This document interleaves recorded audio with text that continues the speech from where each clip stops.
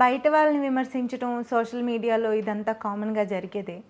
కానీ షర్మిల గారిని సొంత చెల్లెల్ని కూడా విమర్శలకు గురి చేస్తున్నారని బయట విమర్శలొస్తా ఉన్నాయి. ఆవిడ వెళ్ళే పోకడ ఎట్లా ఏంటి అనేది మీ అభిప్రాయం? బయట వాళ్ళైనా ఇంట్లో వాళ్ళైనా ఆడపిల్ల, అవును. మన అక్క, మన చెల్లి, మన భార్య అనేది ఫస్ట్ గుర్తు రావాలి. అది జగన్మోహన్ రెడ్డి గారు అవ్వచ్చు, నటికుమార్ అవ్వచ్చు, మేబీ ఎవరైనా అవ్వచ్చు. అవునండి. అక్కడ గవర్నమెంట్ కాదు, అక్కడ మీ రాజన్న బిడ్డ, మీ సొంత చెల్లెలు. ఓకే, అభిప్రాయ భేదాలు ఈరోజు పార్టీ ఇష్యూస్ బేస్డ్ పార్టీకి మీకు అభిప్రాయ భేదాలు ఉండొచ్చు, కానీ రాజన్న బిడ్డ, విజయమ్మ బిడ్డ, మీ ఇద్దరు అన్నయ్య చెల్లి కాకపోరు కదా. మీరు అంతమంది మీ కార్యకర్తలతో, మీ పేడ్ ఆర్టిస్టులతో ఆ ఆడబిడ్డను తిట్టిస్తున్నారే. ఓకే, రాజకీయంలో ఆమె ఒక మాట మిమ్మల్ని అనొచ్చు, రాజకీయంగా ఎవరైనా ఒక మాట అనొచ్చు, వాళ్ళ మీద కేసులు పెడుతున్నారు, వాళ్ళు తీసుకెళ్తున్నారు, కొడుతున్నారు, మేబీ మీకు ఇది అలవాటు అయిపోయి ఉండొచ్చు. కానీ రాజశేఖర్ రెడ్డి గారి కన్న కళలో నా బిడ్డలిద్దరూ బాగుండాలి, నా బిడ్డలిద్దరూ చాలా అందంగా ఉండాలి, నా బిడ్డలిద్దరూ కూడా చాలా ఎక్కడో ఉండాలని ఆలోచించే పైన ఆయన కానీ, ఇక్కడ విజయమ్మ గారు కానీ, ఆయన ఎంత బాధ అనిపించి ఉంటుంది. వాళ్ళు మాట్లాడుతున్న మాటల్లో ఎంత క్యారెక్టరైజేషన్ చేస్తున్నారు అంటే నేను మాటల్లో కూడా రావయ్యి, మాటల్లో నేను చెప్పలేను, చెప్పటానికి కూడా అవకాశం లేదు. ఎందుకంటే 25 సంవత్సరాలు ఆ కుటుంబంతో వాళ్ళతో ఆ పార్టీలో ఉండి, రాజశేఖర రెడ్డి గారి దగ్గర ఉండి, అందరి కోసం తెలిసిన వైఎస్ ఫ్యామిలీ అందరి కోసం నాకు తెలిసిన వ్యక్తిగా ఈ విధంగా విమర్శలు ఇదే ఫస్ట్ టైం రావడం. ఎందుకంటే వైఎస్ ఫ్యామిలీ మీద విమర్శలు చేసే ధైర్యం, దమ్ము ఎవరికీ లేదు. ఫ్యామిలీ మీద చేసే దమ్ము ఆ ఛాన్స్ ఎవరిచ్చారు? జగన్మోహన్ రెడ్డి గారు ఇచ్చారు. వైఎస్ జగన్మోహన్ రెడ్డి గారు చెల్లెల మీద ప్రమాణం అక్కడ కామెంట్ చేయించినా వైఎస్ ఫ్యామిలీ మీద చేయించినట్టే. మీకు అక్కడ ఆమెను తిడితే ఎవరిని తిడుతున్నారండి? విజయమ్మని తిడుతున్నారు. విజయమ్మని తిడుతున్నారంటే మీ తల్లి కదండి, తల్లిగారిని తిడతారా? ఆమెను అవమానిస్తారు. ఇదా రాజకీయం అంటే? సొంత చెల్లెలకే సెక్యూరిటీ లేదు, సొంత చెల్లెల్నే మీరు వదలకపోతే రేపు వచ్చిన ఆంధ్రప్రదేశ్లో 5 కోట్ల మందిలో అక్కల్లో, చెల్లెళ్ళు వాళ్ళందరినీ మీరు ఆడవాళ్ళని మీరు వదులుతున్నారా? మీ కార్యకర్తలు వదులుతున్నారా? మీ అనుచరులు వదులుతున్నారా? దేశాల్లో ఉన్న వాళ్ళందరూ కూడా ఎంత అసభ్యంగా మాట్లాడుతున్నారు. ఒక్కసారి మీ గుండెల మీద చేసుకొని మీరు ఆలోచించుకోండి. ఇది నేనేమంటున్నానంటే, తిట్లు మనం దాటకూడదు, హద్దులు దాటకూడదు. రాజకీయం అంటే రాజకీయంగా ఉండాలి, హుందాతనంగా రాజకీయం ఉండాలి. ఆమె చేసినా మీరు చేసినా రాజకీయం ఉండాలి తప్ప రాజకీయాలకి వైఎస్ ఫ్యామిలీని ఇలా తిట్టించడం అనేది అది రాజశేఖర రెడ్డి గారి అభిమానులుగా అందరికీ బాధాకరమే, కనుక బాధాకర విషయమే. కనుక షర్మిలమ్మని తిడుతూ ఉంటే మాకు కూడా బాధ అనిపిస్తుంది. కనుక ఎవరో ఇక్కడ తెలంగాణలో తిడితేనే వదలదు, మేము ఒప్పుకోలేదు. కనుక ఈరోజు సొంత అన్నదమ్ముడు అంతమంది వైసీపీ కార్యకర్తలు తిడుతూ ఉంటే మీరు ఖండించకుండా ఉన్నారు అంటే అది నిజంగా ఎక్కడ ఏం జరుగుతుందో రాష్ట్రంలో అర్థం కావట్లేదు. పోనీ అక్కడ భారతమ్మ గారు ఉన్నారు, భారతమ్మ గారు కూడా ఆడపిల్లే కదా, గంగిరెడ్డి గారు అమ్మాయి మెనగోడలే కదా.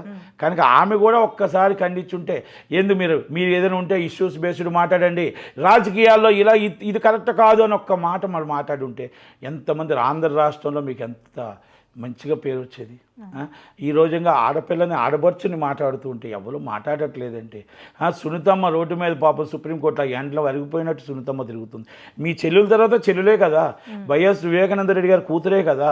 ఆ తల్లి ఎండలో తిరుగుతూ న్యాయం జరగాలి, నా తండ్రి ఎవరు చంపారో తెలియాలని సిబిఐ ఆఫీస్ చుట్టూ అక్కడ చుట్టూ తిరుగుతూ ఉంటే ఆ తల్లికి మన ఆంధ్రప్రదేశ్లో చీఫ్ మినిస్టర్గా ఉన్న అన్నదమ్ముడు అన్నయ్య ఏ న్యాయమూ చేయలేకపోయాడే. అసలు ఎవరు చంపారో చెప్పలేకపోతున్నాడే. ఎవరు చంపారో ఈ రోజుకు కూడా తెలియని పరిస్థితిలో ఆంధ్రప్రదేశ్లో గవర్నమెంట్ ఉంది. ఆ చెల్లెలు ఈరోజు తిరుగుతుంటే బాధ అనిపిస్తుంది. ఆ చెల్లెలకు న్యాయం జరగలేదని బాధ అనిపిస్తుంది. మీకు బాధ అనిపించట్లేదా? మీకు భారతమ్మ మీకు బాధ అనిపించట్లేదా? ఆ నిజం తెలియాలని మీకు అనిపించట్లేదా? ఆ నిజం తెలియాలని జగన్మోహన్ రెడ్డి గారికి అనిపించట్లేదా? షర్మిలమ్మని ఇంత బాధ పెడుతుంటే ప్రతి ఒక్కరూ, ప్రతి రిలేషన్ లేని కార్యకర్తలే బాధపడుతున్నారే. ఈరోజు ఆ కుటుంబంతో ఉన్న అనుబంధంతో అందరూ బాధపడుతున్నారే. మీ కుటుంబంలో సొంత రక్తానికి రక్తమయ్యే ఆ షర్మిలమ్మని తిడుతుంటే జగన్మోహన్ రెడ్డి గారికి బాధ అనిపించట్లేదా? మీ కార్యకర్తలే తిడుతున్నారు, మీ పేడ ఆర్టిస్టులే తిడుతున్నప్పుడు ఆ మాత్రం కూడా మీరు పనికిలేనప్పుడు ఆంధ్రప్రదేశ్లో ఈ అక్కని, ఈ చెల్లెల్ని అందరినీ మీరేం పట్టించుకుంటారని అడుగుతున్నా. మీ సొంత చెల్లెలకే సెక్యూరిటీ లేనప్పుడు ఆంధ్రప్రదేశ్లో ఉన్న అక్కలకి, చెల్లెలకి ఏం సెక్యూరిటీ ఉంది? రేపు మీ గవర్నమెంట్ వస్తే ఏ ఒక్క స్థలమైనా మిగులుతుందా? మీరు రేపు మీ గవర్నమెంట్ వస్తే ఒక ఆడపిల్ల రోడ్డు మీద తిరగలుగుతుందా? రేపు మీ గవర్నమెంట్ వస్తే రేపు అరాచకం అవుతుందా అవదా కాదా? మరి దాన్ని కాపాడుకోవడం కోసమే పవన్ కళ్యాణ్ గారు చంద్రబాబు నాయుడు గారికి ఓటేయాలి. ఆ ఓటేసి ఈ అరాచక పాలనకు అరికట్టాలి. ఈ లేడీస్ మీద మొత్తం టోటల్గా ఈ సోషల్ మీడియాలో వస్తున్న కంటెంట్లు అన్నింటికి అరికట్టాలి అని దాని మీదే నేను మాట్లాడుతున్నాను తప్ప ఈరోజు మా శర్మిలమ్మని ఈరోజు మాట్లాడుతుంటే ఒక్కొక్క కన్నీరు పెట్టుకుంటున్నారు. కుటుంబంలో కాని వాళ్ళు రక్తం పంచుకొని పుట్టిన వాళ్ళని పట్టించుకోవట్లేదు, కానీ ప్రతి కార్యకర్త రాజన్న బిడ్డగా రాజన్న అభిమానిగా ప్రతి ఒక్కరు కన్నీరు పెట్టుకుంటారు ప్రపంచం అంతా. అంటే ఇలాగా ఈ క్యారెక్టర్ ఎందుకు చెప్పలేని పరిస్థితుల్లో నేను ఉన్నాను కాబట్టి చెప్పట్లేదు కొన్ని.